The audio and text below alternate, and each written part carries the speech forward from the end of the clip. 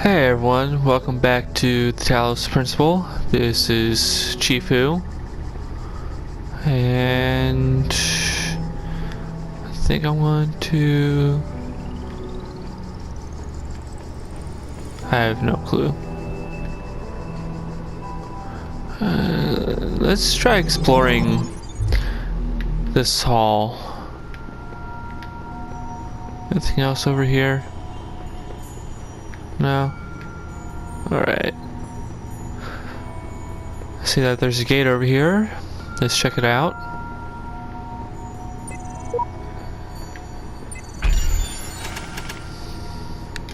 Alright.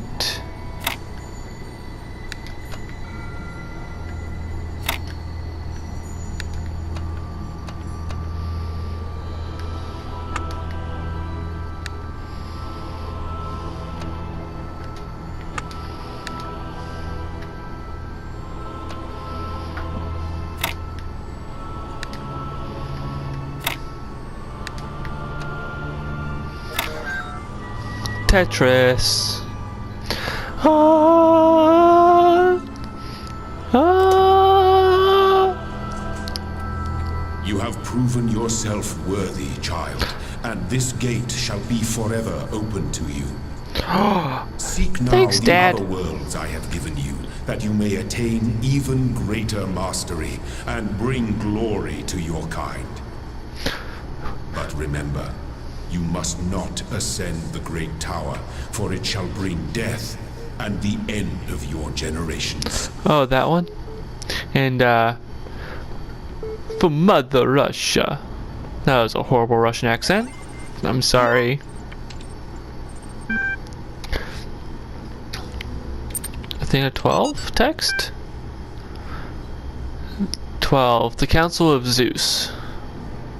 The great bronze bulls pulled the carriage forward, a mighty burst of steam issuing from their nostrils. Finally, they came to the gates at the top of the users. Here assembled were all the many generations of the gods and demigods and souls of mortals, steel and bronze and iron and memory of flesh. The clouds parted far beneath, revealing the beautiful plains of Macedon, where great gleaming cities had once.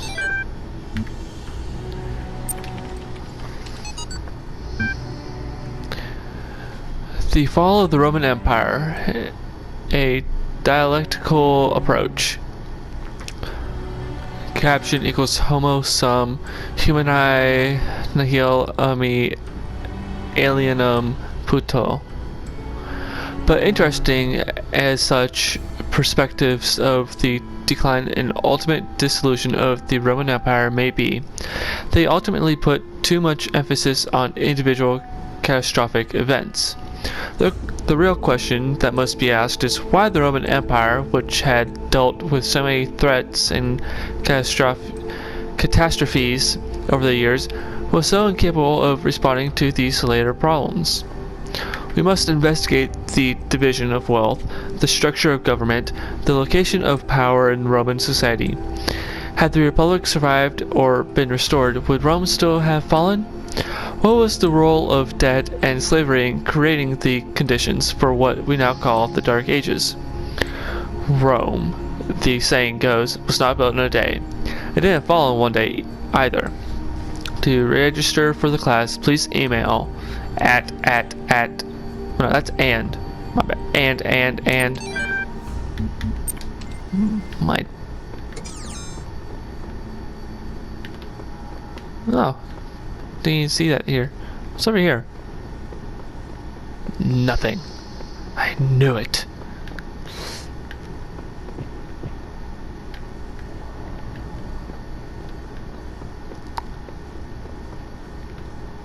What's up here? Ooh. That... Yeah, that's a door. How do I get over there? Huh. That's for you to find out at a later date.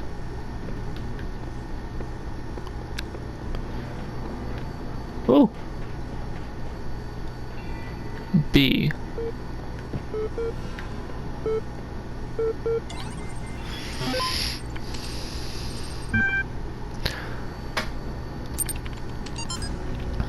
The great irony of the Oxyrhynchus papyri is that such a vital source of information about the ancient world exists only because of a garbage dump. While the Library of Alexandria burned at the hands of fanatics and conquerors, depriving us of unimaginable insights into history, philosophy, and art, the papers carelessly thrown away by the citizens of Oxyrhynchus survived to the modern day. Although it is true that a great deal of what we know today is because of the conscious efforts of individual and organizations such as the spectacular translation and preservation of work done during the Islamic Golden Age, so much more is simply the result of coincidence and luck. We've lost texts that the ancients considered to be absolutely essential, while utterly trivial. Even plagiarized work has survived unharmed. So if we want our descendants to remember more than glittering emo vampires and auto-tuned teen pop stars, we have to invest in make sure that glittering emo vampires, Twilight series, auto-tuned teen pop stars. Alright, Book of Osiris. The Book of the Scribe of Osiris, sometimes also referred to as the Book of the Journey to Aru, is an ancient Egyptian text discovered in the excavation of Oxyrhynchus. It has caused a certain degree of controversy among Egyptologists, as some argue that it is a classic funerary text such as the Book of Coming Forth by Day, while others leave it to be a poetic work not intended to be understood literally. The book tells the story of a dying man who asks a scribe about the afterlife. The scribe, a servant of Osiris, describes how the man's Ka life force will become separated from his Ba personality, and how he will have to reunite the two and become an living intellect, passing a series of trials into the Duat underworld in order to reach the paradise of Aru. Unlike similar texts, the Book of the Scribe of Osiris focuses less on giving advice or a recent study, Karnahan Hassan, suggests the text may have been intended as philosophical commentary on the world of the living through the allegory of the Duat, and it remains unclear whether this was the intent of the original pre-Alexandrian author or a result of the later translation into Greek. The earlier manuscript, which is considered to be more authentic, is too fragmentary to provide answers, though perhaps further excavation may... Alright.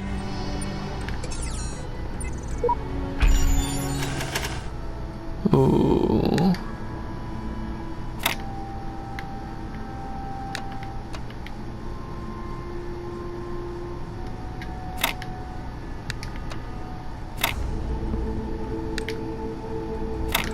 I'm pretty sure there's multiple ways to figure this out.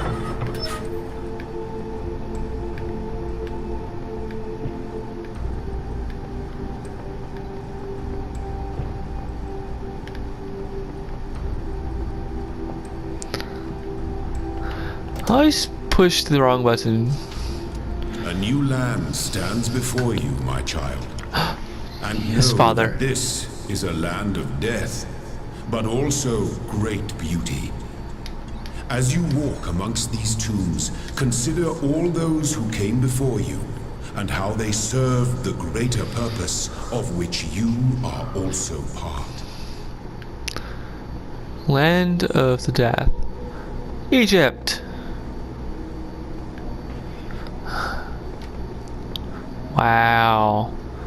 It's beautiful. Okay, I need 3 more parts for that.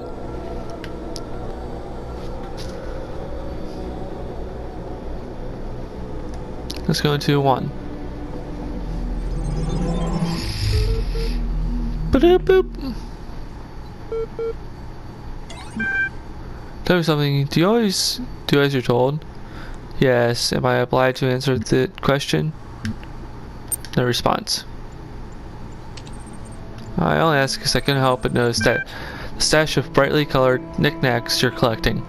Don't you think it's a mite odd that big voice in the sky keeps telling you to find those doodads, yet forbidding you to use them to climb the great big tower in the middle of it all? You test me. I must resist the tower's temptation.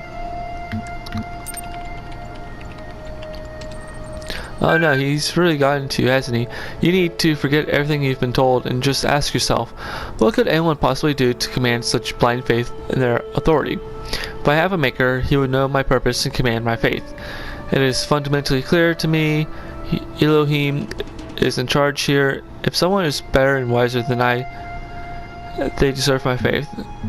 No one commands blind faith. Which suggests to what? That I should treat Elohim with suspicion like anyone else. That I should climb this tower and see what he's hiding. That I should question this Elohim.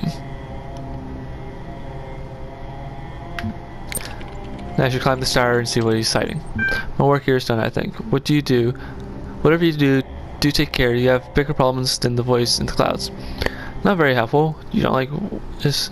You don't like to say his name, do you?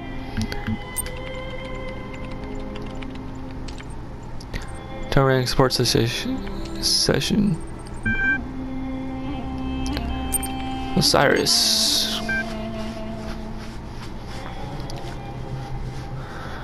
Okay. Original translation by E.A. Wallace Budge. Annotations. The dying man went into the scribe who resided in Pre-Magid and said, okay, so Pre-Magid, it is likely that the location was changed according to who the copy of the book was made for. The dying man is an avatar of the owner. And said, behold, I am weak of body. My days under my holy son of Amun-Ra. In the older manuscript, this is rendered as some controversy as to whether it. My days under the holy son of Amun-Ra are coming to an end. Though I have spent my years in service of the 2 lands, I have not studied the question mark. Tell me, who are you wise in the writings of the dead? What lies ahead of my journey? What will I face in the land of Westerners? The dead, compare with Kanti Amentiu, the foremost of the Westerners, a tale later given to Osiris. Then the scribe spoke, saying, at the appointed time. What's 5? Sometimes mistaken for a mistranslation on Budge's part, this is actually almost certainly a mistranslation by the ancient scribe. The equivalent portion of the older manuscript is sadly not extant. Immortality! Disgruntlemeister's Blogisticity episode 204. I don't know about everybody else, but I'm afraid of dying. I don't see any reason to believe there's an afterlife. I'm an organism like any other. When my brain stops working, my consciousness will cease, and I will be gone.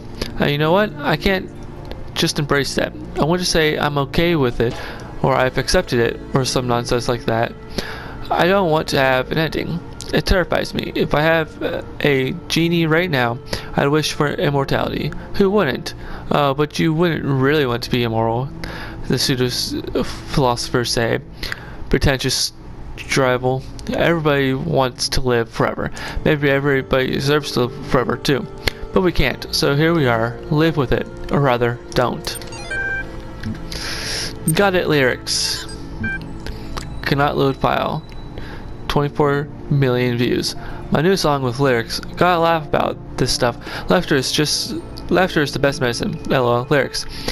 I've got it, you've got it, he's got it, she's got it, mommy's got it, daddy's got it, baby's got it, granny's got it, Dave's got it, fatty's got it, happy's got it, sappy's got it.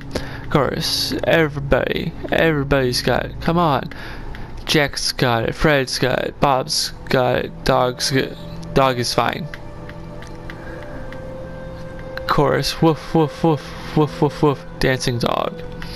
Everybody's got it, except dog. Woof. We've got it, everybody's got it. Favorite, add to playlist. Alright.